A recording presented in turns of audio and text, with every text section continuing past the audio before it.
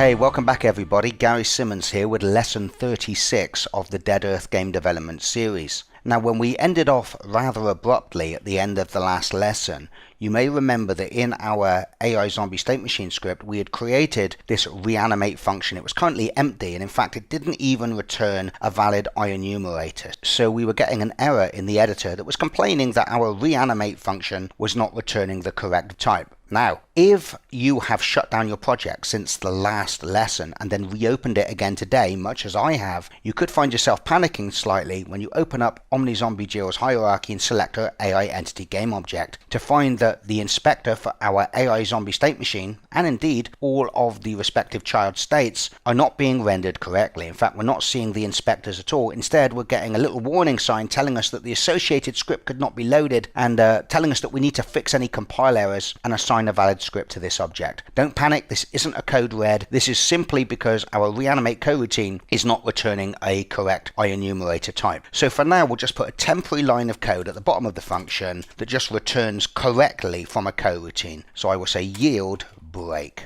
And yield break is a way of not only returning a valid enumerator from a coroutine, but it also terminates the coroutine as well. So for now, we'll put that in there just to stop getting those errors and so that all of our inspectors load correctly, but we'll delete that later when we put the actual proper code in our reanimate function. So just to put your mind at ease, if I go back to the editor now and wait for the scripts to recompile, we should see all of the inspectors correctly displayed again, and thank heavens for that.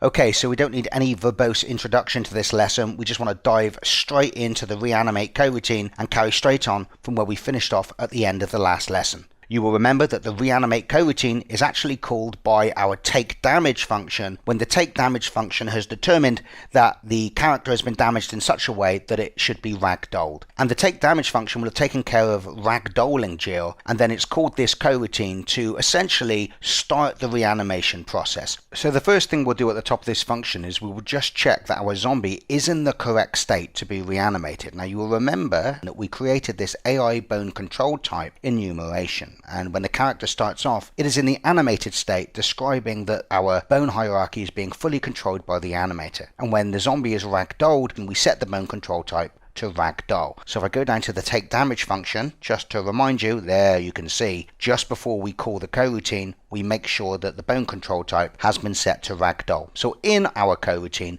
we'll just check that we are definitely being called on a zombie that is in the ragdoll state. So I will say if bone control type doesn't equal AI bone control type ragdoll, then we just want to exit the coroutine. We want to terminate the coroutine and return from it. But I also want to check we've got a valid animator because we need to be able to talk to the animator as well. So if either of these conditions are true, we're just going to terminate the coroutine by saying yield break, like so. Next up, we just want to sit and wait for the correct number of seconds before the reanimation is initiated. Now you will recall that in our inspector assigned variables, we created this float called reanimation wait time, and we've set this to 3 seconds, and we said that 3 seconds was about the right amount of time approximately to wait for the rigid body to stop moving if it had fallen over or if it had fallen off a wall or down a flight of steps. It's not an exact science by any means, there's probably something more precise we could do with it, but there is the number of seconds that we wish to wait before we actually initiate the reanimation procedure. And it's very easy to put wait states like this in a coroutine. We just say yield return new wait for seconds. And how many seconds do we want to wait? Well, that's easy. That is the value that is stored in our reanimation wait time. So the way that coroutines work is they're called every frame. So the first time the reanimate function is called, this line's going to get executed, but then after 3 seconds has elapsed, the next time the reanimation function is called, it's going to resume operation from the line underneath it. And of course, once the 3 seconds has elapsed and the next line is executed, that's now where we're going to put the code that starts the reanimation process. So the first thing we want to do, as this is now the last frame at which our zombie is going to be in a fully ragdolled state, we wish to record the ragdoll ending time. So we will say ragdoll end time equals, and we will use Unity's time class and the time property to get the current time. And this means now that we have this ragdoll end time as essentially the frame of reference with which to start counting time from. So in our late update function, we can get the time and then we can subtract ragdoll end time from it. So we know exactly how many seconds have elapsed since our zombie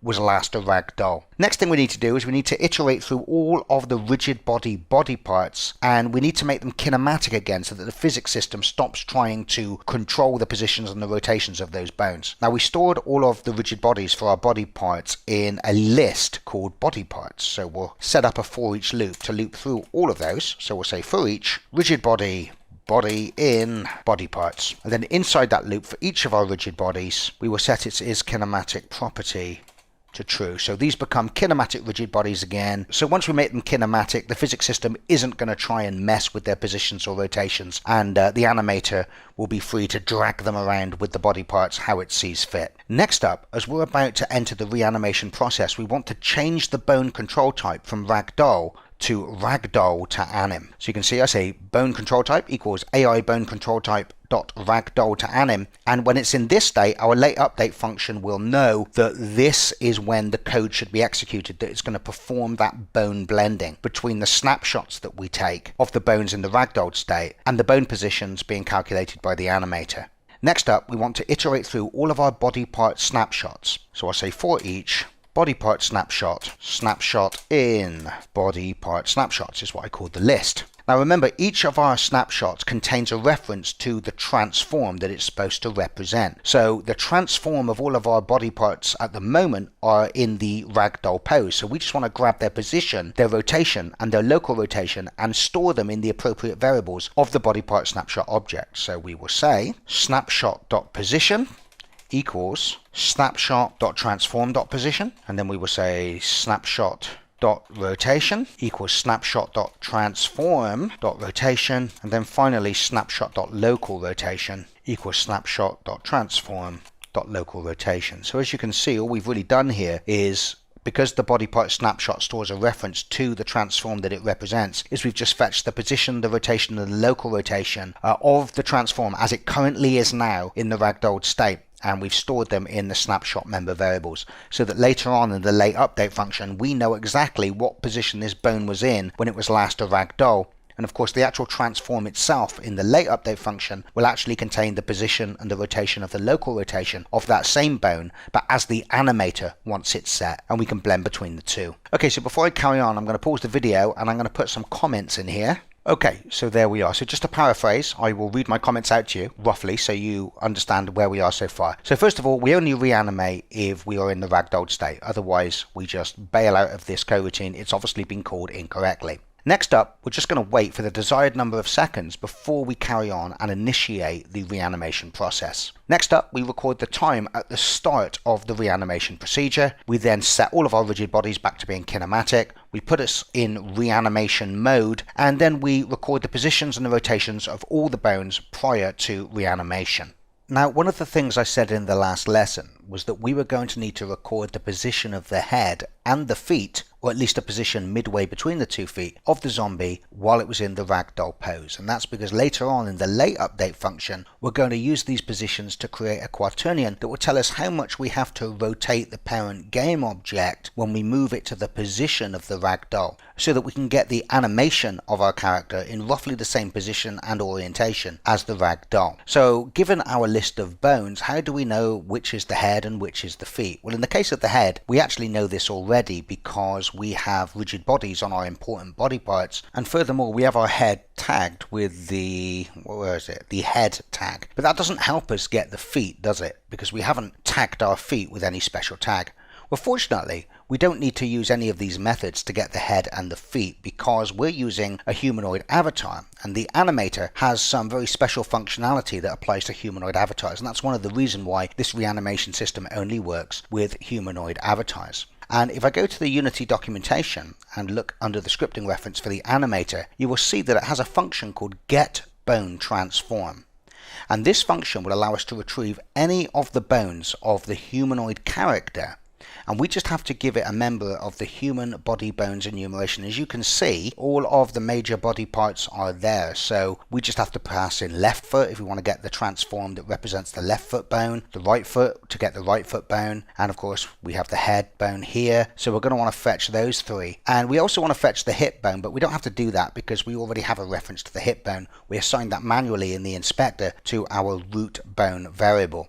It's worth noting actually that using this method, we needn't force the developer to assign that root bone manually. We could just fetch the hip bone from the animator using this same technique, but I'm not going to do that. I'm going to leave the hip bone manually assigned in the inspector. So we can use the animator's getBoneTransform function to get the bones that we want. So the first thing we'll do, if you remember, we created a class variable called Ragdoll head position, and we will call the animator's getBoneTransform function, and we will pass in human body bones dot head, and voila, we now have the head position of our ragdoll. Now we want to calculate the feet position. Now the feet position is actually going to be a position that's halfway between the left foot and the right foot, so that's pretty easy to do. We can just do ragdoll feet position equals, and then I'm going to wrap this in parentheses. I'm going to say animator dot get bone transform human body bones dot left foot, and then I'm going to add that onto animator dot get bone transform human body bones dot right foot. And of course, if we get the left foot position and then add that to the right foot position and then multiply the result by 0.5, dividing it by 2, we get a position that is midway between the left foot and the right foot. Exactly what we want. So let me put a comment in there saying record the ragdoll's head and feet position. Next up, we will re-enable the animator. Remember, we've already set all of the rigid bodies back to be kinematic, so we can enable the animator now and let the animator take control of our bones, or at least let the animator think it's got control of our bones. But as we've discussed several times, in the late update function during the blend period, we are actually going to create the bone positions ourselves by performing that blend. But we still want the animator to do its thing and calculate its bone positions and think that it's in control of our character.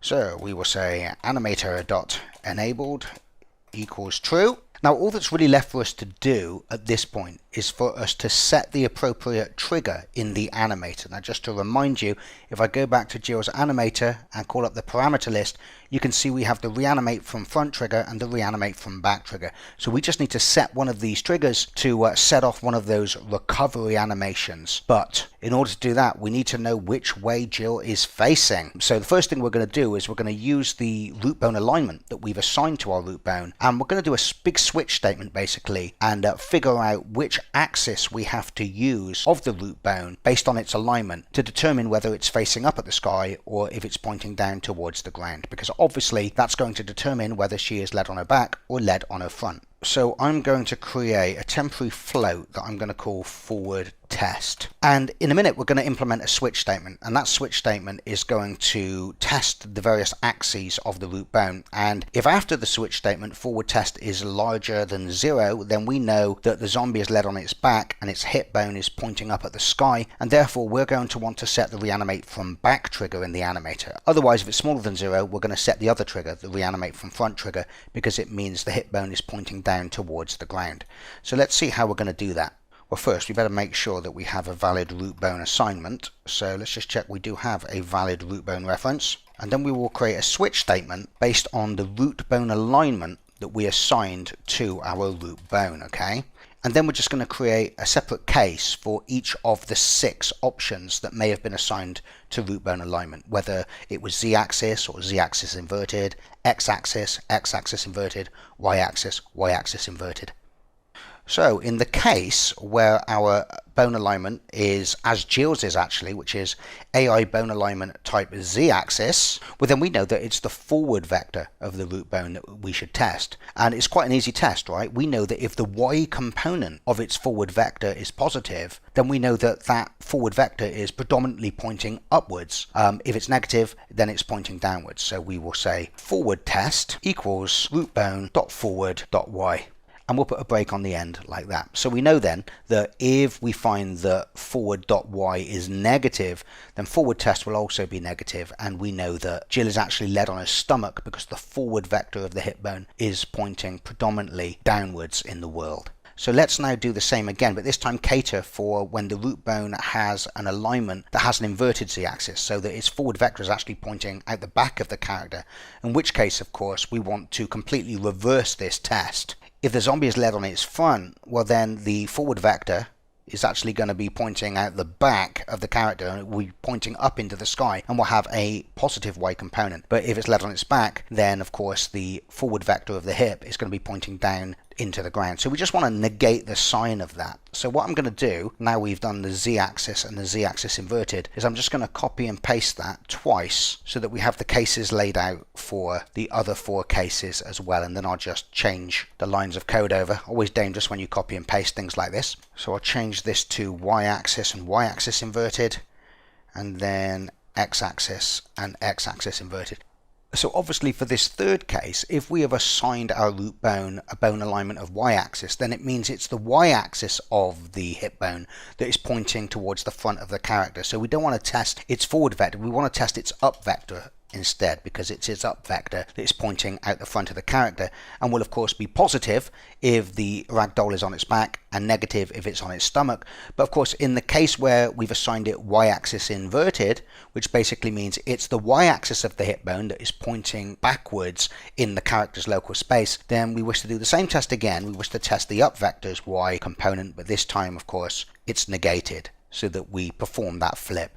And then of course if we have assigned it a root bone alignment of x-axis, that means it's the x-axis of the hip bone that is aligned with the forward vector of the general character. So in that particular case we wish to use the root bone's right vector and check its y component, but in the case where it's an inverted x-axis we use the right vector again, but this time of course, as with all the other inverted cases, we negate the result. And finally, although it can never happen, I'm just going to put a default case in there which will just calculate it and assume that the root bone's forward vector is the forward vector of the character also.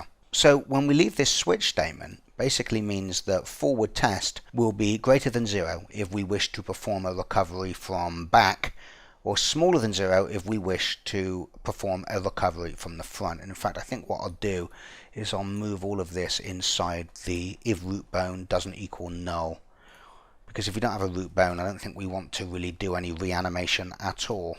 We will simply say if forward test is greater than 0, then animator.set trigger. Actually, I was going to just type in the string reanimate from back, but really we should hash those parameter names, shouldn't we? So let me go up to the top and create hashes for these to make it more efficient. So up in the variable declarations, I have all of my hashes calculated under this hashes comment. So we will create 2 more private ints. The first one called reanimate from back hash, and we'll use the string to hash function to create the hash for that parameter. And let me just go back to the editor for a moment and just check how I spelt those 2 triggers.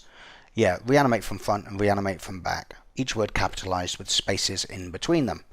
So reanimate from back. And of course the second private int, exactly the same, to create the hash for the reanimate from front parameter. Once again using the animator's string to hash static function to create the hash, this time for the reanimate from front parameter. And now I've done those. If I scroll back down to the bottom, back to our coroutine, I can now use those hashes. So I can say if forward test is greater than 0, what should I do if it is 0? I don't suppose it really matters. I think I'll say if greater than or equal to 0, then we will get up from the back. Getting up from the back will be the default case. So I will say reanimate from back hash, else the character is led on its front, and we will instead set the reanimate from front trigger. Once again using the reanimate from front hash that we just created. And now that's our coroutine complete. We've done everything we need to do to initiate the blending procedure. We've started up the animator again. We've made the bones non-physics controlled. So the animator now thinks it's got total control of the character and will start calculating the transforms for those bones. And now in the late update function, we're going to intervene in that process during the blend time to lerp the bone position. So I can now get rid of this temporary line that we put at the bottom just to stop us getting errors in the editor. And that is our full reanimate coroutine. So let me save that off, check I haven't got any errors. And I have got some errors. Let's see what I've done wrong here. Oh, what an idiot. Obviously, ragdoll head position and ragdoll feet position is a vector. I'm after the position. I'm not after just the transform. And here I'm actually trying to add 2 transforms together, which obviously is not going to work.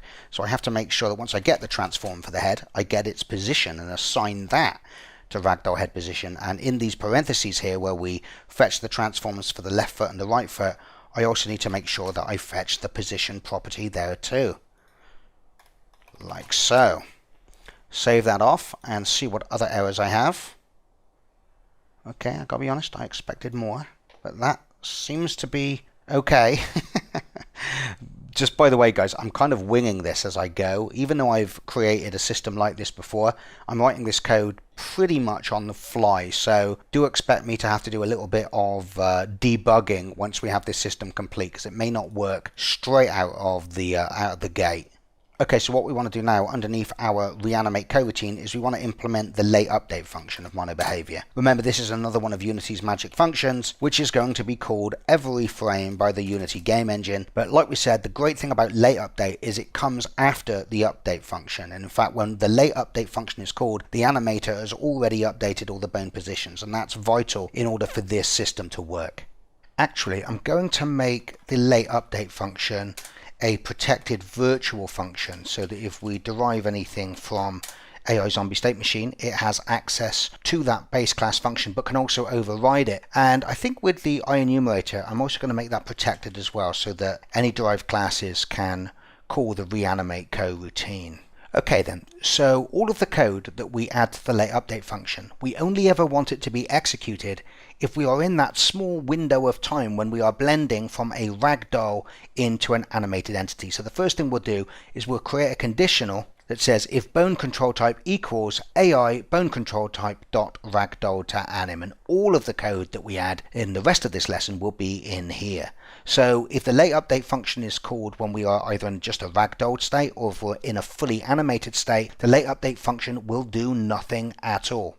Now we also know it's going to take some period of time after we set these triggers in the animator for Mechanim to actually start playing the recovery animation on the cinematic layer. Certainly when late update is called within the same frame update that we set the triggers, it's going to take at least one frame for the animator to be updated. So we know the first time late update is called, the animator will not yet be playing the correct animation. So we're not ready to start bone blending yet. However, we also discussed in the last lesson that it may take considerably more time than that. So what we did is we created this hacky little variable. Where is it? It's called, there it is, Mechanim transition time, that we set to 1/10 of a second. So we basically said after we set those triggers, we're going to wait about 1/10 of a second before we start blending bones. So what we're going to do is use this little 1/10 of a second to, in the late update function, line up the parent game object with the ragdoll and try and figure out what the rotation of the parent game object should be as well. Remember, what we're trying to do is position the parent game object at the position of the ragdoll and have them oriented the same, so that when the animation takes over, it's in the same position and orientation as our ragdoll. Otherwise, we're going to see some funky blending. So what we'll do first of all is a conditional to check if we are within that wait time. Like I said, what we called the Mechanim transition time. So we'll create a conditional that says if time.time is smaller than equal to the ragdoll end time plus the Mechanim transition time. So what we're basically saying is the current time that has elapsed since we set the ragdoll end time has not yet surpassed the Mechanim transition time, then we are in that wait state. And it's within this code block that we're going to move the parent game object and try and align it correctly with the ragdoll. Now, of course, it does mean that this section of code could actually be executed several times within that wait period, which seems wasteful because we are going to be essentially computing how to align the animated character up with the ragdoll several times. But it doesn't really matter. It's not computationally that expensive. It's not going to break the bank, and actually it might even be desirable because we know that the very last time this section of code is going to be called, the animated character is actually going to be playing the recovery animation, so we're going to get more accurate alignment. So what do I mean when I say the animated character versus the ragdoll character? Well, remember, by the time we enter this late update function, the animator will be in control of our bones. And we also said that the late update is called after the animator has updated all the transforms. Therefore, when this late update function is called, our character is no longer going to be a ragdoll. Behind the scenes, it's already going to have snapped back to the position of the parent object. And of course, we showed a demonstration of this in the last lesson when I moved the game object up into the air and we still saw the ragdoll fall onto the ground and move some distance away from its parent object. So behind the scenes, even though we can't see it yet because the frame hasn't been drawn, we know that our character's bones have now all been moved moved to a completely different location to where they were when it was in the ragdoll state, and they're now moved to whatever animation is currently playing at the position of the parent game object. So we need to create a vector now from that game object, from the animated version of the character to the ragdoll character, or at least where it used to be before the animator snapped all its bones away to a different location. So now you know why we had to take a snapshot of all the bones of the ragdoll. So we're going to do that by creating a vector from the hip bone of the animated character, which is now of course just the root bone of our skeleton because it's been updated by the animator, to the hip bone of our ragdoll that we recorded in the coroutine. So I do that by creating a local vector through which I call animated to ragdoll, because it's a vector that's going to describe how we need to move the animated version of the character to the ragdoll version of the character. And I calculate that by taking that ragdoll hip position that we calculated in our coroutine and subtracting from it the root bone position, which remember is our hip bone, which at this point will have been updated by the animator.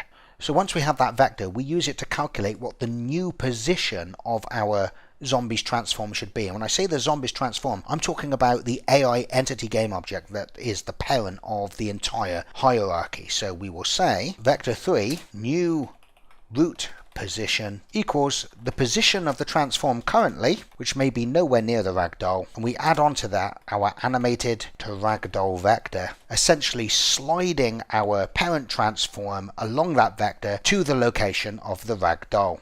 Now this new root position that we've calculated isn't actually the position we want to place the character at. It's not accurate enough on the y-axis. It basically tells us how we wish to position our game object on the XZ plane, but all we've really done is just moved our parent game object to the position of the hip bone when the hip bone was in the ragdoll state. And of course, depending on how the ragdoll ended up, it might have ended up in a big bundle of bones on the floor with its arse sticking up in the air, and therefore the hip bone could have been hovering a few feet above the ground, and we certainly wouldn't want to position our character so that it was hovering above the ground. So what we need to do now that we have the X and Z position computed correctly is we need to essentially calculate the altitude of the character. We want to place it on the solid object that is below this point. So what we'll do is we'll cast a ray down from this new root position to try and find the highest piece of solid geometry that exists underneath it. And once we have that intersection point, the height of that intersection will be the new Y component of our root position. Now we need to be careful when we're casting rays down because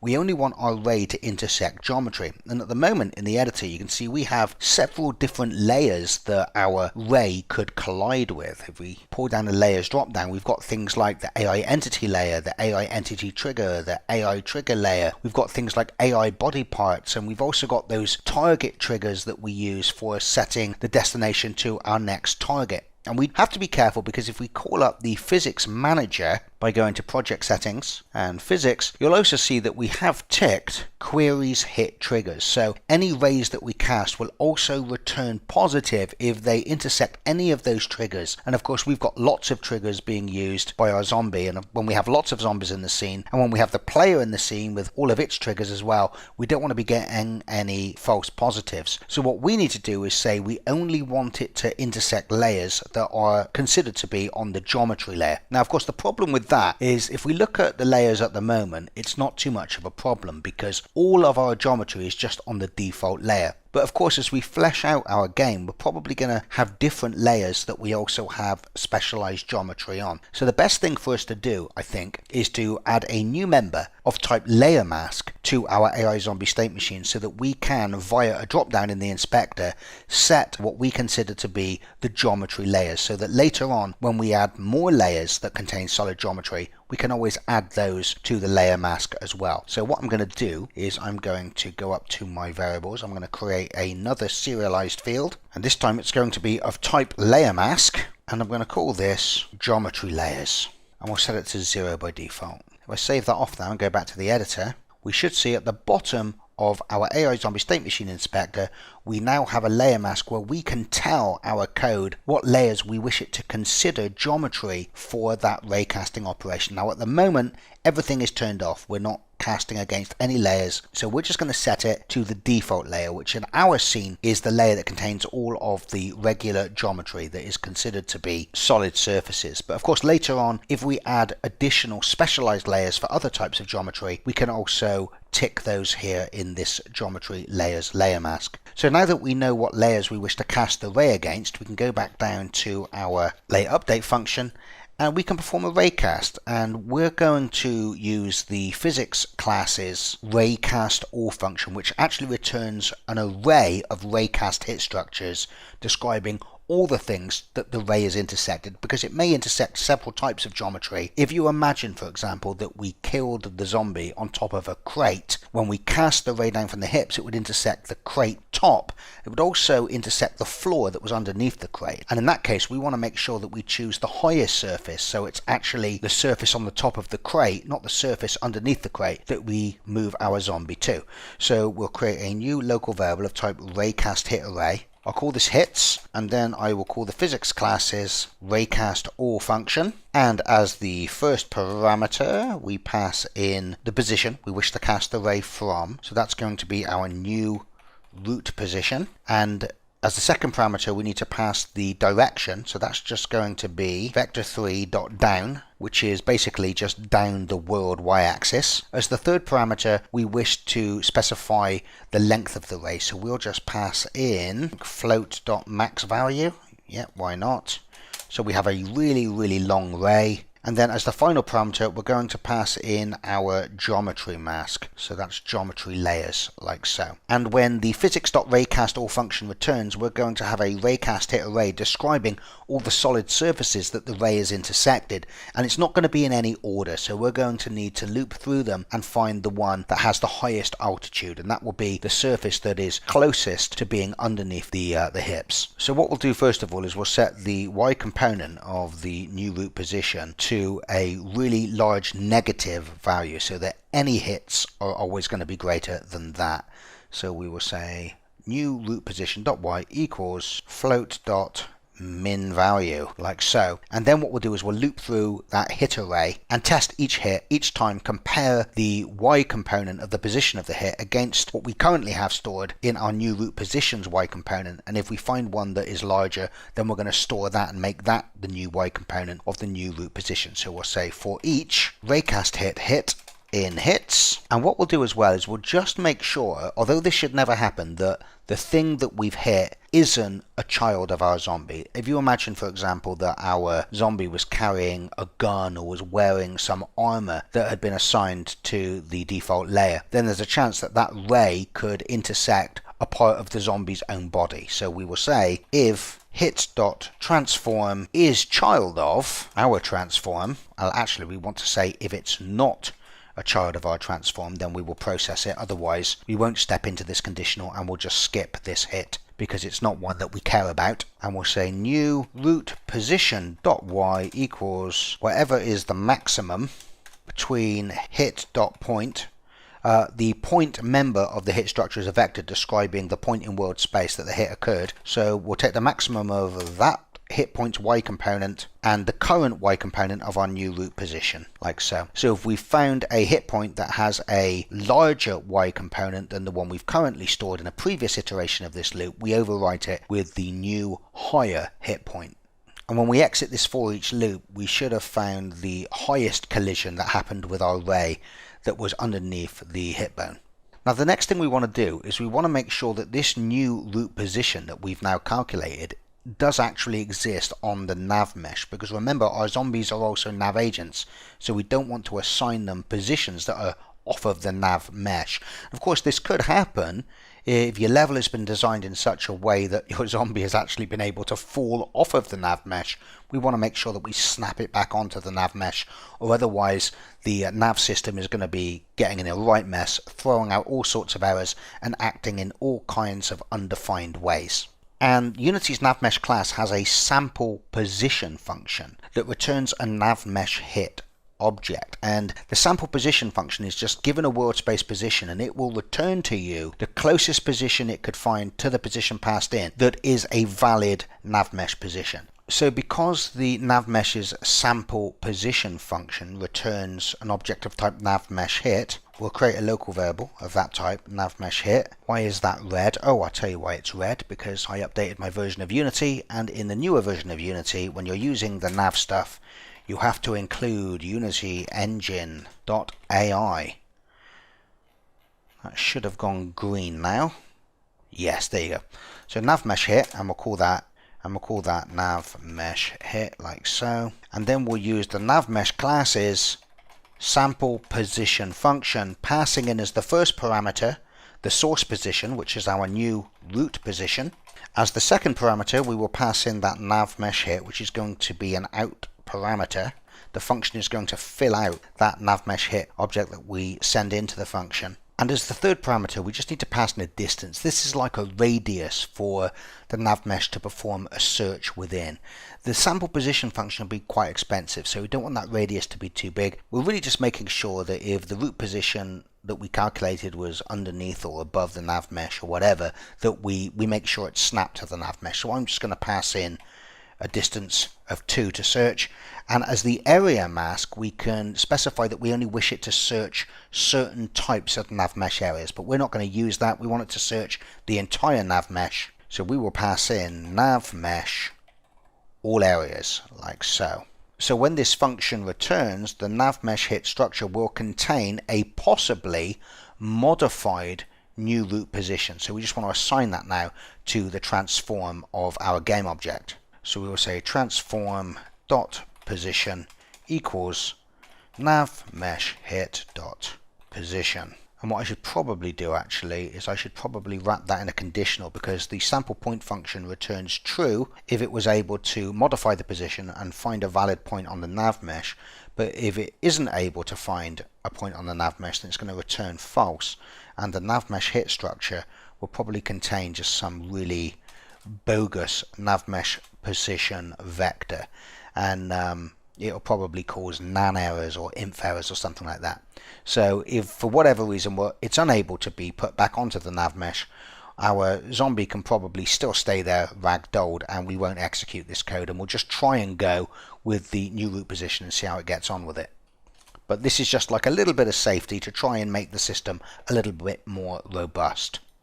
So we now have our game object moved to the position of the ragdoll and correctly positioned, hopefully, on the geometry that was underneath the ragdoll's hip bone. But of course, we need to orient the game object so it's also facing the same direction as our ragdoll as well. So to do that, we will do the following.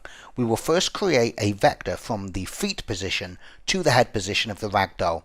So we have a vector describing the alignment of the ragdoll's body. So we will say vector 3, and I'll call this ragdoll direction, and that's simply going to be the ragdoll's head position, which of course we recorded in the coroutine, and we will subtract from that the ragdoll feet position, which once again was a vector that we calculated in the coroutine that was the position halfway between the ragdoll's 2 feet.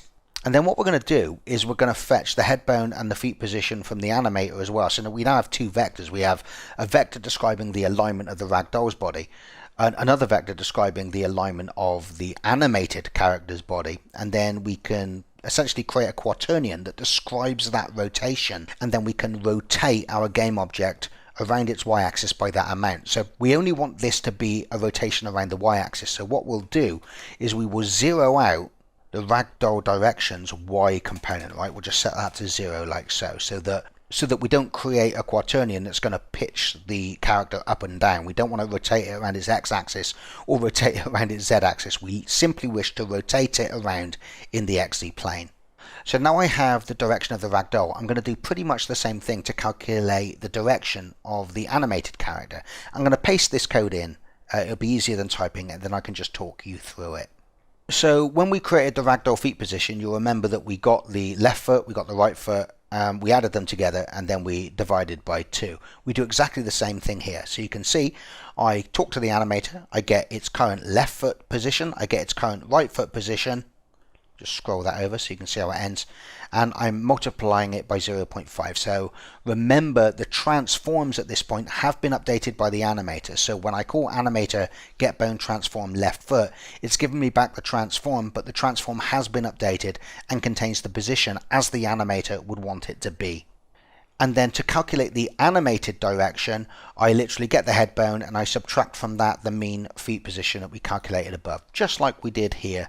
But instead of using the ragdoll head and feet, we use the current animator's head and feet positions. And once again, I set the animated direction vector's y component to 0, because when we create a quaternion, in just a moment that describes a rotation from the animated direction to the ragdoll direction. We only wish it to factor in a rotation around its y-axis, a rotation in the xz plane. Now Unity's quaternion class has a function called from_to_rotation. We pass it in two vectors and it will create a quaternion describing the rotation from that first vector onto that second vector. And then with this quaternion we can then multiply that with our transforms rotation to essentially apply that same rotation to our transform and rotate it around to align it with the ragdoll's direction. So I'm going to paste the code in so you can see what it looks like. So let's just break down this line of code. You can see we use the quaternion classes from_to_rotation, and we pass in as the first parameter the normalized version of our animated direction vector. Don't think it needs to be normalized, but I do it anyway just to be safe. And as the second parameter we pass in the ragdoll's direction, once again normalized, and this is going to return a quaternion that essentially describes the angle of rotation that needs to be applied to rotate the animated direction around to face the ragdoll's direction. And once we have that quaternion, we can multiply it with our transform's rotation to apply that same rotation to our parent transform, essentially rotating our transform around from its current direction to face in the ragdoll direction. And that's pretty much all that's involved in making sure that while we're waiting for the animation to play, while we're chewing up that mech-anim transition time, that we have our game object correctly positioned and oriented, ready for bone blending. So outside of that conditional, remember this is the conditional that is only executed when we are waiting for that mech-anim transition time to pass, we are now ready to start doing the blending. Okay, so next up it's time to create that t value, that blend amount that is going to be in a 0 to 1 range, which is going to describe the proportion at which the ragdoll bone positions and rotations are blended with the animated bone position and rotations. Now remember, our snapshots store all of the positions and the rotations in the ragdoll, and because the animator is active now, the transforms of our hierarchy contain the positions and the rotations that the animator would like the bones to be set at. So we're going to create a float, and I'm going to call it blend amount. And the first thing we need to do is get the number of seconds that have passed since we started this reanimation procedure. Well, that's easy. We just get the current time, and then we subtract from that ragdoll end time that you will remember we recorded in our coroutine. So then what we have is just the number of seconds that have passed since the ragdoll end time. And then once we have that, we just simply divide it by our reanimation blend time, which is the total amount of time that we wish the blend from ragdoll to animated to take. Now we always want this value to be in the 0 to 1 range as it's being used as a t value in an interpolation. So we will also wrap all of this in a mathf clamp01 function call, like so. Okay, so this nearly gives us the t value we want, but not quite. We have to bias it slightly by the mech-anim transition time. Now to understand why this is necessary, remember this code here, which positions the parent game object and aligns its orientation, etc., is only executed when we are waiting for the mech-anim transition time to expire. In other words, when we're waiting for the animator to start playing our recovery animation. However, this code out here is outside of this code block and therefore is going to be executed not just once the mech-anim transition time is over, but also while we're in the mech-anim transition time. Now when we are within the mech-anim transition time, we don't really want to be trying to blend towards the animated versions of the bones because they might not be set up correctly yet. The animator may not have transitioned to our recovery animation. So what you're probably thinking we could do is just put a little if statement above here that says if we are within the transition time, then just exit from the function. But we can't do that either because remember, the animator has updated the positions and the rotations of our transforms, quite possibly incorrectly at this point. So we can't just not do anything. What we need to make sure that we do is while we're in the mech-anim transition time, we must always lock it so that we're always using the ragdoll bone positions until we're ready to lerp and slurp towards the animated bone positions and rotations.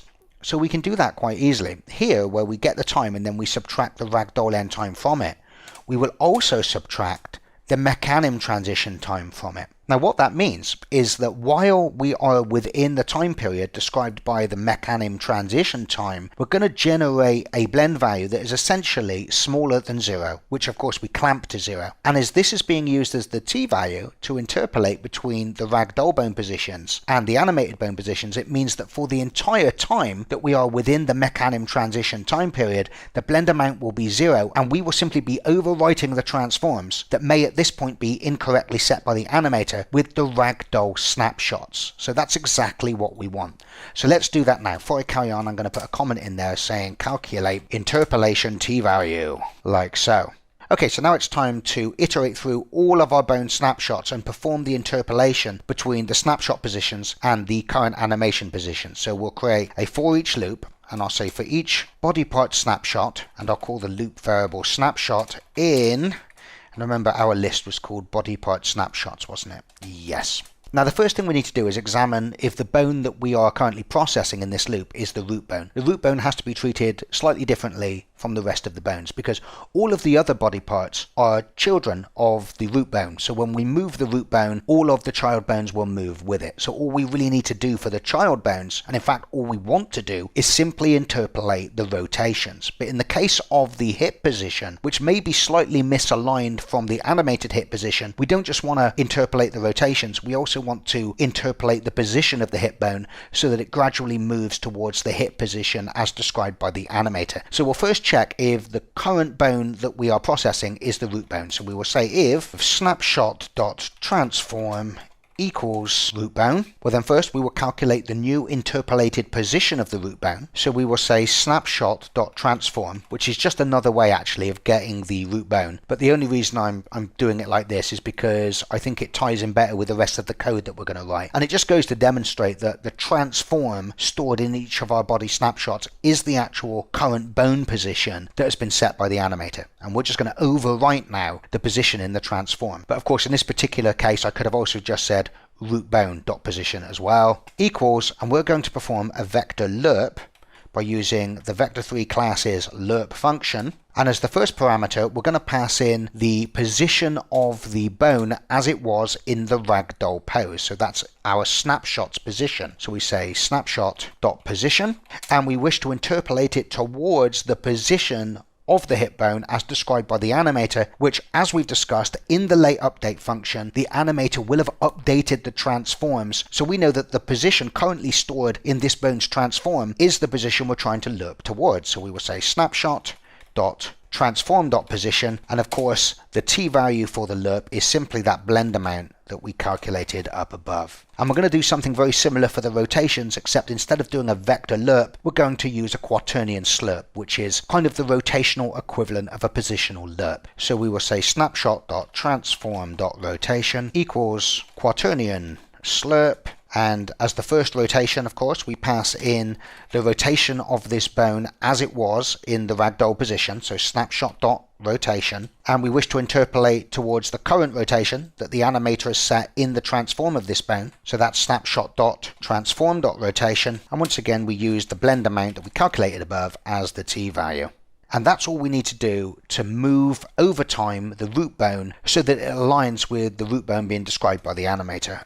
Otherwise, if this is not the root bone, then we don't wish to move the positions of our bones at all, because character animation doesn't actually move bones, it just rotates them. If you think about a hand that might move up in the air, it's not the bone that's actually being moved, it's actually the shoulder bone that is being rotated, and perhaps the elbow bone rotated, and perhaps even the wrist bone rotated to some degree, that causes the final position of the hand to be where it is. So all we wish to do for all of the child bones, which will automatically move with the root bone and maintain their relative child positions, is just lerp their rotations towards the rotations described by the animator. Now I have to say that in this section of code I do something a little bit weird, and I can't remember why I did this, and it may not be necessary. Now you will remember that when we created our body part snapshot class, we stored the position, the rotation, and the local rotation. Now I seem to recall from memory that what I did for all of the child bones is, rather than just slurping the rotations, I slurped their local rotations, and I can't remember why, or to be honest, even if it's necessary, it doesn't seem like it should be necessary. It seems like I should be able to just get rid of the local rotation from the class completely and just use the rotation. And I'm pretty sure that is the case. However, I do recall that when I implemented a system similar to this before, for the child bones I used local rotation. So for now I'm going to do it as I remember it in my mind, and then after we've got it working I'll do some tests to see whether it really does matter whether we use local rotation or not, or whether we can just get rid of the local rotation member out of our body part snapshot completely. But for now I'll implement it as I had it working. So for all of the child bones of the hips, we'll just say snapshot.transform.local rotation equals quaternion.slurp, and this time of course we're just going to lerp between the local rotation stored for the snapshot and the local rotation set by the animator in the transform. So snapshot.local rotation, and then we're slurping towards snapshot.transform.local rotation, once again using that same blend amount as the t-value for the blend. And I will just insert a comment above the for each loop which basically says calculate blended bone positions by interpolating between ragdoll bone snapshots and animated bone positions. And all that's left to do now is detect when the blending procedure should finish. In other words, when it's safe to fully hand control over to the animator. And that's simply going to be when our t-value, called blend amount, is reached 1. Because when it's 1, we know at this point the ragdoll bone positions and rotations are not being used at all anymore, and the animated positions are being used. And at that point, we can drop back into an animated state. So we'll do that conditional by saying if blend amount equals 1, and then in this conditional we can then put all of the code that's going to do things like set us back into an animated state, re-enable the nav agent, and set up a valid state for our state machine. Okay, so we will set the bone control type back to AI bone control type animated, and if we have a valid reference to a nav agent we'll re-enable that as well. What else do we need to enable? Oh, we also turned off the main collider, didn't we, of our zombie as well. So assuming we have a valid reference to our collider, we will also re-enable our main body collider, like so. And all that's really left to do now is we need to put our zombie back into a valid state. Now you'll remember that when we turned off the nav agent, we also turned off the state machine logic of our AI zombie state machine by setting the state to none. And this was so that the individual states weren't trying to plot paths using a nav agent that was turned off, because remember that created a load of errors. So what we want to do now is we want to put it back into a proper state. And the state that I put it back into in my implementation of this system is the alerted state. Because remember, our zombie has just been shot and it's been ragdolled, and now it's getting back up again, and it seems that the alerted state is a pretty good state for anything to be in after something has just knocked it on its ass. So we will need to see if we can find a state in our state dictionary that is of type AI state type alerted. So what we'll do is we'll create a new AI state local variable called new state, set it to null by default, and then we will say if, and we will use our states dictionaries try get value function and tell it that we are looking for a state that has the key AI state type alerted. And as the second out parameter, we pass in that AI state local variable that if the try get value is successful and it's able to find a state in our states dictionary that is of state type alerted, that new state will reference that new state. Now of course it does mean that your AI zombie state machine must have an alerted state, or otherwise it won't ever correctly come out of a ragdoll. But you're always going to want to have an alerted state, right? I mean really our alerted state is kind of the foundation really of our state machine logic. It's the state that kind of spirals out into the attack state or drops back into the patrol state, etc. So you're always going to have an alerted state, so I think it's a pretty safe bet. Now the current state of our zombie should be null, but we'll just be well behaved and we'll just check that if current state isn't null, for whatever reason, if this function's been erroneously called, then we'll give the current state a chance to clean up properly by saying current state, and then we will call its on exit state function so it can do any cleanup that it wants to do. But that should never be executed. It's just paranoia code. And now because we want to transition into our new state, the first thing we'll do is we will call the new state's on enter state function, so that state has a chance to set up all of the stuff that it needs. And then what we'll do is we'll assign that new state to our current state variable, so that in our main update loop the current state is being processed and having its update called. So we'll say current state equals new state, and we also keep track of the current state type as well, don't we? So we should also set current state type to AI state type alerted, like so. And I do believe that is our reanimation code done. So I'll just put a comment above the if blend amount equals 1 conditional saying conditional to exit reanimation mode. Makes sense? Okay, let's go back and see the catalogue of errors we've got in the editor now, yeah?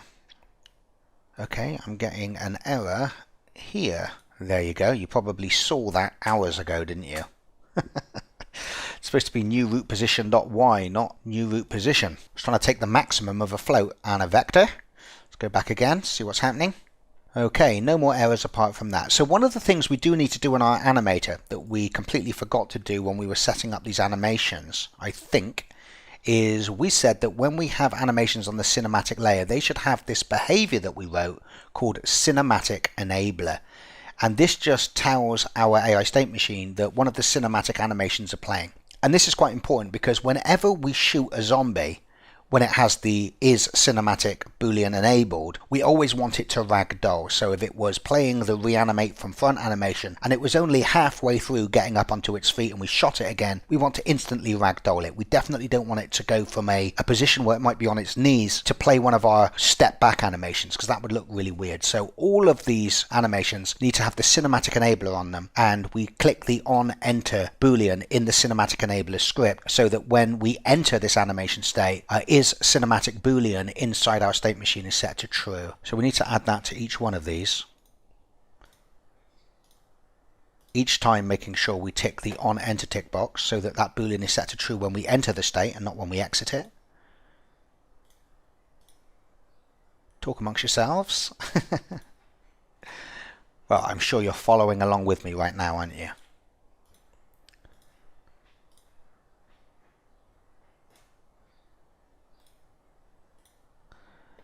So let me just go over those again and just check I've added a cinematic enabler to each one of those recovery animations. You can see actually as we enter our empty state, you can see that we set the cinematic enabler to false. That's why we have the on exit ticked.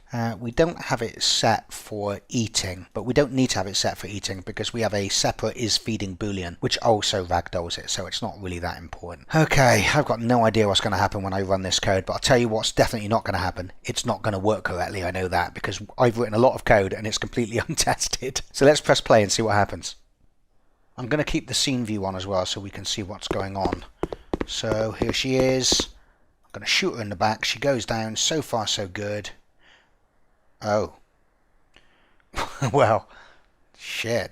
I wasn't expecting much, but I was expecting more than that. Look, if you look in the inspector here, it looks like our zombie has been moved to some like really far out location. We got an error here saying due to floating point precision limitations it is recommended to bring the world coordinates of the game object within a smaller range. So I guess zombie Jill has just been transported somewhere a very, very long way away. What on earth could that be? It can only be in this section of code here where we essentially move the game object to the ragdoll's hip position. Wait a minute, hang on, let me just go and check. Okay, I found the first problem.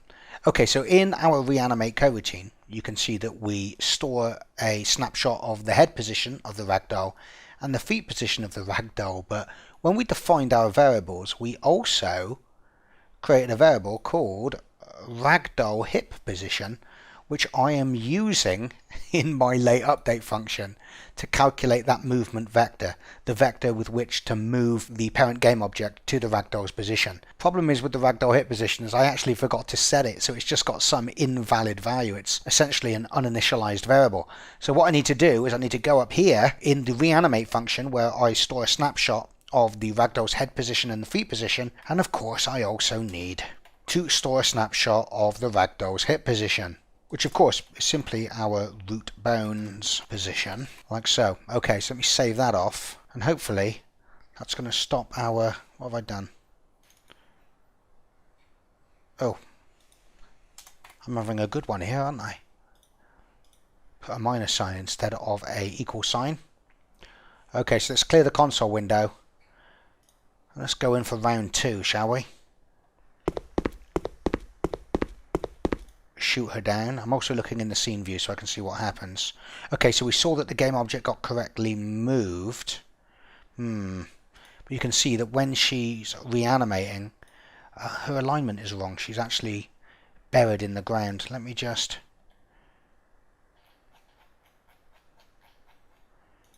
go and shoot her again. This time, if I put the light on, you can see what happens probably a bit better in the game window.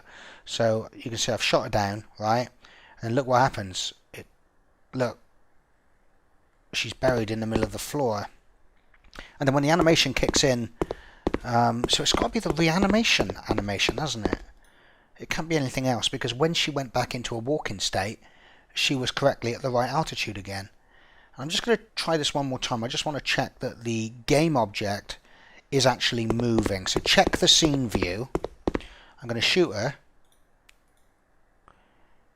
And we should see the little game object. Yeah, it does snap to the position of the hip. So this has to be a problem with the animation. It has to be the reanimate from front and the reanimate from back.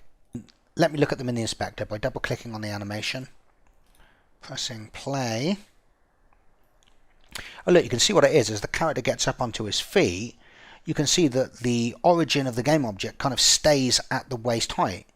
So essentially its feet are going under the ground. So what we need to do is actually bake the vertical movement into the pose. So in the inspector of both our reanimate from front and reanimate from back animations, what we need to do is we need to click under the root transform position Y, we need to tick bake into pose. Now if I press play now, there you go. You can see that the origin of the object, while it's getting up, stays on the floor by its feet. Look. Okay, that's cool. So let me apply that change. And let me double click on reanimate from back. It's probably got the same problem, hasn't it? Yeah. There you can see. If you look at this little kind of circular thing with the arrow on it, that's kind of showing you where the ground will be. So we want to bake the Y movement into the pose there as well. Press apply and then press play again.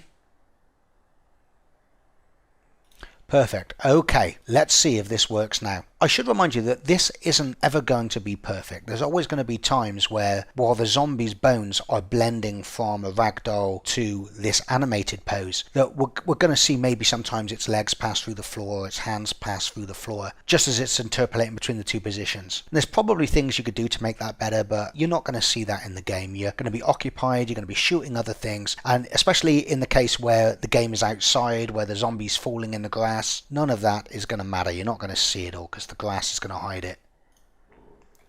Okay, so let's go and shoot Zombie Jill. Once I found her, she's wandered off because I've been talking. So there you go. I'm going to knock her down, and we should now see her climb up. There you go. Look at that. And let's now have her come at me and just check that the reanimation from back works as well. Yes, it does.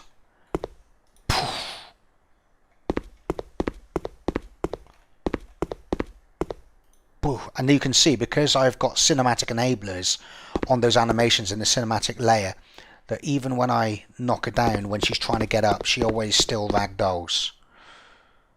So you can see it's not perfect, but I'll tell you what I do think is a problem at the moment. And I think we've got a little bit too much slack space, because look, when she stands up, she waits for quite a long time before she goes into the alerted pose. So what I'm going to do is I'm going to call up the reanimate from front animation, and I'm going to just scroll along its timeline till it's about 3/4 of the way up. You can see the last kind of third of the animation, it's just stood there doing nothing, and we want it to, from about here, be blending into the alerted state. So what we'll do is we will trim it. So we'll bring the end of the animation in, and we'll cut the last little bit of it off so that there isn't so much space at the end of that animation where it's just stood there doing nothing. Yeah, okay, and I'm going to do the same for reanimate from back as well. So probably about there, maybe a little bit before. And once again, we'll bring in the end marker, yeah, to about there. Click apply, and what we should see now is when we run this again and shoot Zombie Jill over, we should see that she doesn't stay sort of stood up very long once she reanimates. There she gets up and she's straight into the alerted state. Perfect. Let's try that again. Knock her down. See her climb up. Come on, Jill. She gets up. Oh yeah, and she's coming straight at me again. Perfect. So you can see that's pretty much our reanimation system done. Like I said, if in a situation like this, you might see the legs go through the floor a little bit. But hey, I don't think that's really going to matter in a proper game, do you? And if it does, there's probably some other things you can do. You can do a little bit of IK on the feet or the hands. Try and keep them above the surface. Not a simple thing to do though. Yeah, this seems pretty stable. Okay, so our reanimation system is done. That was a pretty hard ride. So I think what I'm going to do is I'm just going to go back to our code. And remember I said a few moments ago that I have this local rotation that I'm using for the snapshots. And I'm not sure it's totally necessary. I can probably just use the rotation, in which case I can get rid of the local rotation out of the body part snapshot class altogether. So let's just see if there's any problems if I just use the world rotations here for the bones. I'm kind of guessing there's not going to be. So I don't know why I ever just used the local rotations for those bones instead of just the world rotations. Unless it was just something I was trying out and then I forgot to put it back in my mind. Okay, so let's see if this works. Yeah, it still works fine, doesn't it?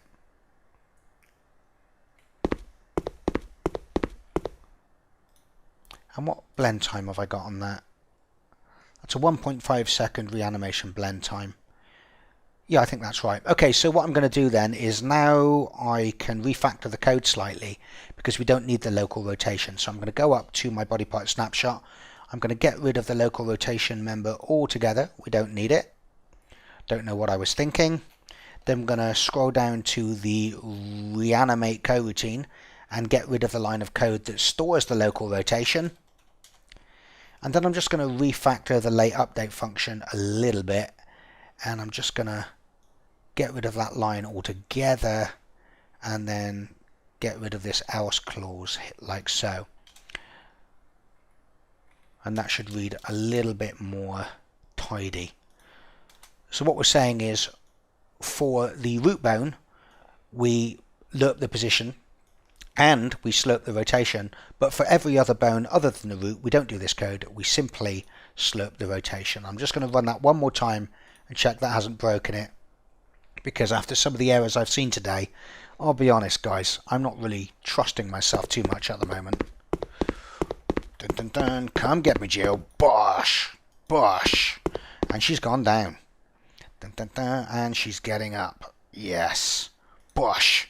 Okay, so the next thing we need to do is we need to check whether some of these other animations are working that we transition to when we've got upper and lower body damage. Now, we can't do that right away because although we added the lower body damage and upper body damage parameters to our parameter list, and you will recall that these are used by these transitions to decide which animation to play, we're not currently feeding the upper body and the lower body damage of our zombie into this parameter list, so they're just staying at 0. So what we need to do now is we need to make sure that in our AI zombie state machine, whenever we take any damage, we also update these parameters in the parameter list so that it correctly reflects the lower body and upper body state of our zombie. Now you will recall that if I scroll up to our take damage function, which remember is called every time we take a hit, and by we I mean our zombie, you'll notice that we call the update animator damage function, and currently that function doesn't do very much at all.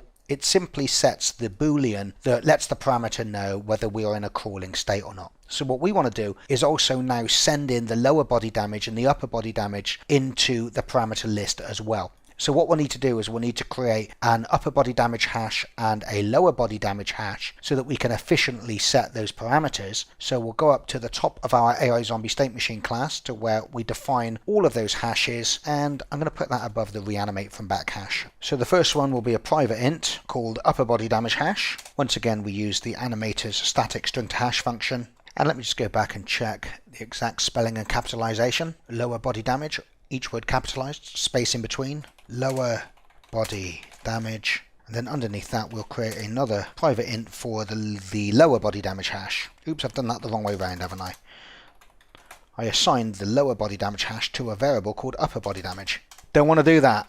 So upper body damage hash equals animator string to hash upper body damage like so. And now we have those two hashes generated, we can scroll down to the update animator damage function, and we can also send those two bits of information into the animator as well. So let me just remind myself, they're integers, aren't they? Yes. So we'll use the set integer function. The first one we will set is the lower body damage, and we will send in the value of our zombies' lower body damage. And then do exactly the same again, but this time send in the upper body damage. So upper body damage hash as the first parameter, and the actual value of our upper body damage variable as the second parameter. Save that off, go back to the editor, and let me just open up my character manager. Remember, the character manager is the thing that is currently modeling our gun, and we're currently applying 25% damage every time we do a shot. Let me put that up to something like 75% damage for now. And I'm going to select Zombie Jill's AI entity so that we can see our animator updating in real time. And I've got the parameter tab enabled so that I can see if that damage is correctly being sent into those parameters. So let's go around and shoot Jill in the legs, and we should see her get lower body damage. There you go. And you can see she now has 75% lower body damage. And now let me run that again, but this time shoot her in the chest and just check she's getting upper body damage, or well, not the chest, but just the back, anywhere in the upper body, and we should see the upper body damage go up to 75% as well. Okay, so let's now press play again, and we'll damage the zombie in a couple of areas, and we'll just check that all of these animations are being applied and transitioned to correctly. So remember, our gun does 25% damage, so what I'm going to do is I'm going to shoot her in the legs. You can see now she's on her back, and I'm going to shoot her, oh, she's on her stomach now. I'm going to shoot her in the legs 4 more times, so I know now she's going to have damage over 100%. And what you can see is when she reanimates, because her legs are totally damaged, she's now transitioned into the no legs front animation. And she can't crawl anymore because her legs are damaged, so all she can do is stay there on the spot. I'll put the torch on, and she's just trying to get to us, but her legs are completely foobarred. She can't do anything to get us. That's pretty cool. So what I'm going to do is, rather than kill her, what I'm going to do now is damage her upper body over 100% as well, by just firing a load of bullets in her back. And when we do that, she's going to have no legs and no body, and then we should see a transition from the ragdoll into no body front, right, because she's on her front. So I'm going to shoot her in the body a few times. Watch the animator. When she comes out of the ragdoll, it should transition. There you go. Her arms go through the floor a little bit there, but it's not perfect, is it? But it's good enough. And you can see now she can't even reach for us. So she's just there writhing on the ground, almost just like a stray nerve ending that's been left to its own devices with no sentience whatsoever. And eventually I'll shoot it in the head a few times, so I've actually killed the zombie completely now. And she shouldn't even reanimate anymore because she's totally dead. There you go. So we can see that the 2 other transitions for the reanimate from front work, where she has no legs and when she has total body damage. So what I'm going to try and do now is shoot her onto her back to check that works. There you go. So let me fire some shots into her legs. I'm trying to get on her back a bit more. And now she can't move, so we should just see her on her back trying to reach out to us with her arms. There you go. And now what I'm going to do, so we can see it transition to the no legs back. What I'm going to do now is I'm going to damage her body, and then we should just see her writhing on the spot on her back. So I'll put a few bullets in the upper torso and see what happens. Oh. It looks like Zombie Jill just fell straight through the floor and spat out a load of errors. I think that's probably coming from the nav system. I think I know what that might be. It's not the nav system actually, it's my code, and it's where we calculate the new root position Y component.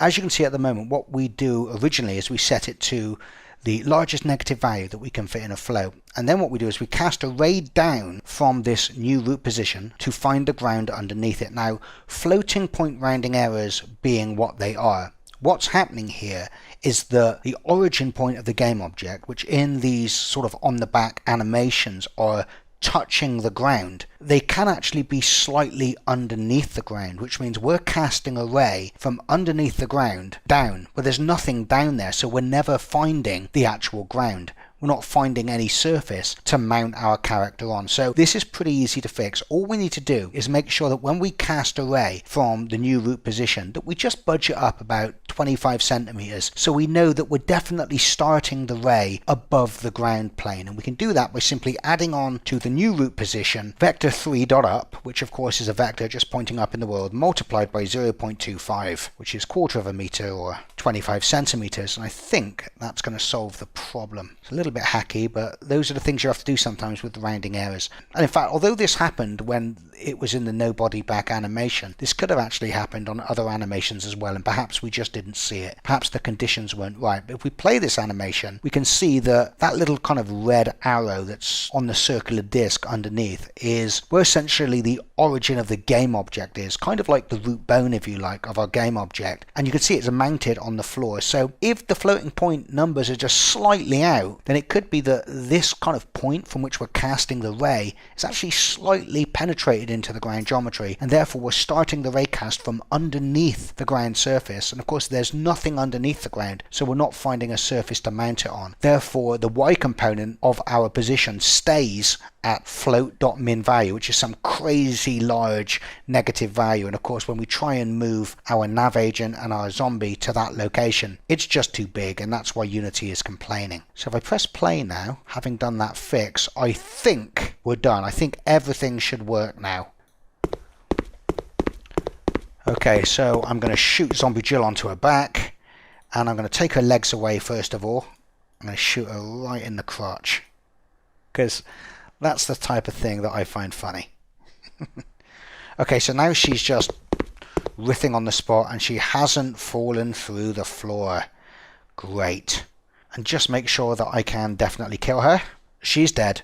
Okay, so the next thing I'm going to do is check whether the crawling works. So let me just see what my crawl threshold was for Zombie Jill. It was 90. So what I'll do just to test that is I will set the power of our gun to 95. So she won't be so damaged that she can't use her legs at all, but her legs will be damaged such that she can only crawl. Of course, we can't test any of the limping stuff yet because we haven't created our damage layers for that.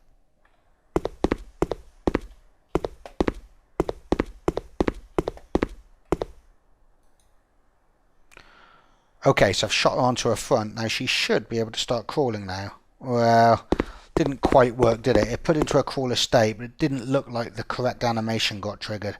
So we're going to have to fix that now as well. So what we were seeing then is when the crawling boolean was set, the dead to start crawling animation was correctly playing. Just to remind you, it was this one.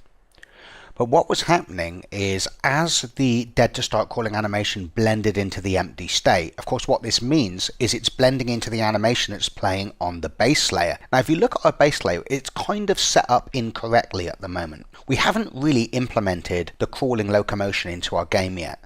In fact, if you were to put your zombie into a crawling state from the start, you would notice that the alerted state and some of the other states like the attack states don't really exist yet to handle the crawling locomotion, or in fact any locomotion that doesn't use root rotation, and we're going to deal with that in the next lesson and fully implement the crawling. But for now we still want to make sure that our reanimation happens correctly into a crawling state. So what was happening on the cinematic layer, as we were blending into the animation playing on the base layer, well, when we shot our zombie, it may have been in the sprint or the jog state. And therefore, as we were blending back to the base layer, I don't think our base layer had correctly transitioned from whatever state it was in back into the idle state and then back into the crawling locomotion state. So that's why it appeared as we blended back to the base layer that we were probably in this transition from idle to crawling, and therefore we saw the zombie kind of get up onto its feet for a moment and then go down onto all fours and start crawling properly. What we really need to do is completely adjust the way that we handle the crawling locomotion, because at the end of the day, we never really want to ever transition into the crawling locomotion from any of these states. There are only two situations when our zombie can ever be put into a crawling state. It's when it's a ragdoll, in which case we don't want it transitioning from any other state, we want it going straight into the crawling locomotion, or if we set the damage to the legs above the crawl threshold when the game starts, in which case the zombie starts in a crawling locomotion, in which case we also don't need it connected to any of these other states on the base layer. So what I'm going to do is I'm going to remove these by simply by muting them for now. Okay, so I'm selecting each of those transitions from the idle state and I'm muting them. And what we want to say is we want to go to the crawling locomotion immediately whenever that crawling boolean is set to true. So we'll do that from the any state.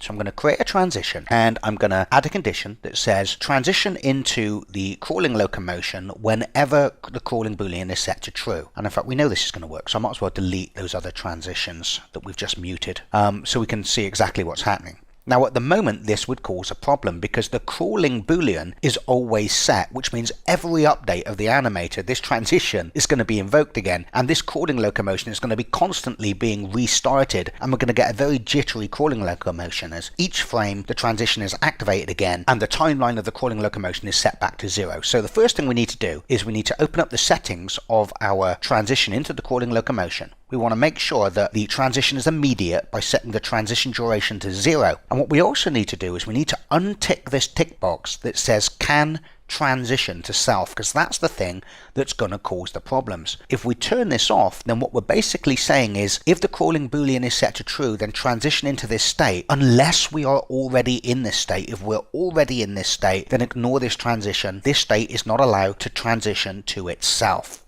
So let's press play now and test and see if that's fixed this problem. There is going to be another problem. We'll talk about this in a moment. So let's just check I can get this working. Okay, so I've shot her in the legs.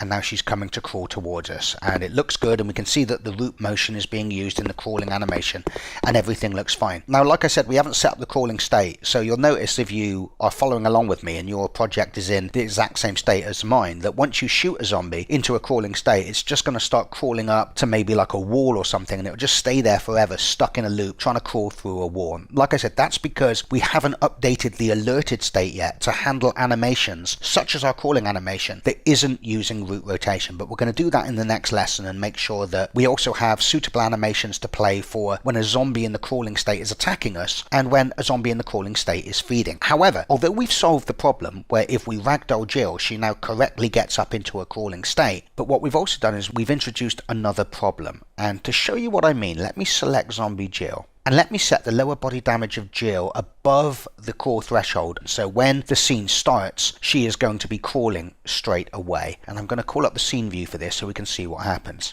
So I'm going to press play. She starts in a crawling state, but look, she's not moving. That's because she's in the idle state at the moment. And when she does move, she's not using root position. Look, it's actually the nav agent that is in control of her now. And in fact, you'll see that when the nav agent is in control, look what happens when she gets to the first waypoint. She'll just be crawling backwards. Her root position and the rotation of zombie Jill is not being factored in at all. So look what happens. You'll probably see her come out backwards. And you can see that the movement looks completely ridiculous because it's not using root position. We can see it's just sliding along. So why is this now happening when it wasn't happening before? After all, if we select the crawling locomotion, we can see that it has a root motion configurator on it that is telling the system that we wish to use the root motion inside the animation, but clearly we just saw that it's not being used and it is instead letting the nav agent control the speed and the movement of our zombie when it's in the crawling state. Well, this is a little bit of a kind of race condition, and I don't know whether I would call it a bug in the system or an oversight, but several places in the Unity documentation, it always says that when you're fetching the references to your animation state behaviors and you're setting your variables, such as when we set the animation state machine reference in all of our root motion configurators, you should do this in the start function, not the awake function, because in the awake function, the animator may not be correctly set up yet. And that's why in the start function of our zombie state machine, you see us fetch all of the animation state behaviors, and then you see us send into that state behavior a reference to the state machine. And if we open up the root motion configurator, actually we want to open up the class it's derived from, the AI state machine link. You can see that one of the things that we do in the startup sequence of our zombie is we make sure that we get a reference to all of our AI state machine link derived scripts on our animation states, and we make sure that this state machine reference is set. Now the problem is that it seems in Unity that when you have a transition such as this from any state, and our default state of course is zombie idle, it seems that this transition is triggered from any state prior to the start function being called. Which basically means if we go back to our root motion configurator, and remember we've got this animator configured so that the default state is the zombie idle state. So what happens is when Unity first configures the animator at startup, it calls the onEnterState function, but we haven't yet set the state machine reference, so this line doesn't get called, which increments the reference counts for root position and root rotation. And then the start function gets called where the state machine reference does get set in our root motion configurators. And then of course the first thing that it does in the next update is it notices that this any state transition exists, and it transitions from the zombie idle state into the crawling state. And of course when that happens, the onExitState function of the zombie idle state is called, and when this happens we do have a valid reference to our state machine, so the decrement of the root motion happens but the increment of the root motion didn't happen. So what's happening then is when we press the play button and the animator is first configured by Unity at scene startup, the two ones here are not being added to the root position and root rotation, but when this any state is processed and we transition into the crawling locomotion and we call the onExitState function of the zombie idle state, the root position and the root rotation are actually decremented. So when the onStateEnter function of the crawling locomotion is called, root position is actually -1 and root rotation is -1. And obviously when the onStateEnter function is called and it increments the -1 by 1, we've still got a root position of 0. And this only seems to happen in this one really odd, peculiar place at startup. So rather than move all of the code into the awake function, which I really don't want to do because the Unity documentation is quite explicit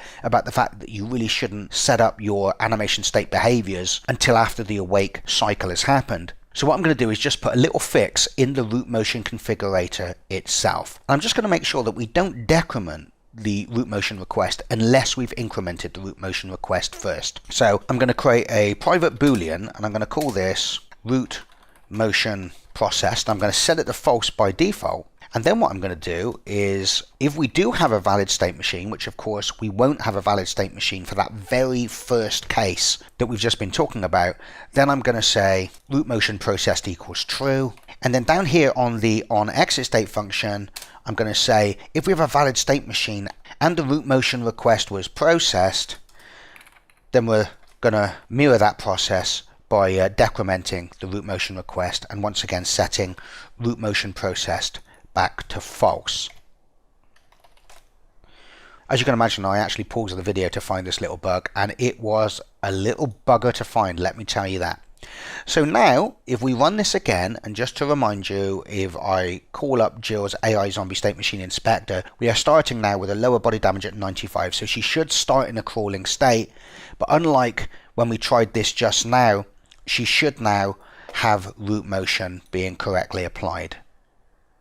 There you go, you can see that is absolutely the case, and doesn't that crawl look a heck of a lot better?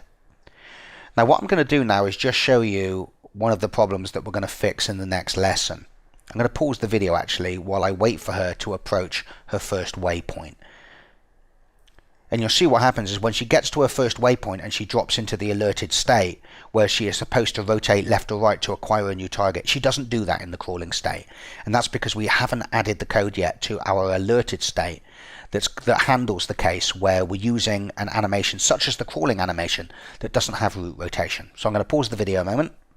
Okay, so here she comes. She's just about to approach the waypoint where she should turn around and start heading out of the room. But you'll see what happens is she just gets sort of stuck there forever, because there's no logic in our alerted state yet that turns her when this animation is playing, because this animation doesn't have root rotation. So there she is, just spending the rest of her days crawling up against a wall. So we're going to fix that in the next lesson, but for now we should probably just check one final time, now that we've made that tweak, that if we shoot her from a ragdoll into a crawling state, that she does indeed still start crawling. So let's see if she gets up into a crawl correctly. Yeah, she does. Hopefully you saw that. Let me shoot her in the head again, just because I had the light turned off. So we should see her sort of get up from a... I've killed her, haven't I? Okay, let me try that one more time. And I'm going to full screen it with the light on so we can see that this works. So I'm going to shoot her in the head. Once I can get to her head, that is. Okay, so I've shot her in the head, I think. And there you go, she correctly kind of transitioned back into the crawling state. So all is good. And like I said, we also don't have any animations on our state machine at the moment where she can attack us when she's in the crawling state. As you see at the moment, she just keeps crawling towards me. So we'll do that in the next lesson. We'll be dedicated to making the crawling work with the rest of our system. So I'm going to leave it there. Our reanimation system is now fully working. Thanks for staying with me. This has been a tough lesson. I don't know if it's been tough for you, but let me tell you, it's been pretty tough for me. Don't want to repeat this again. So thanks for staying with me. I will see you next time. Bye bye now.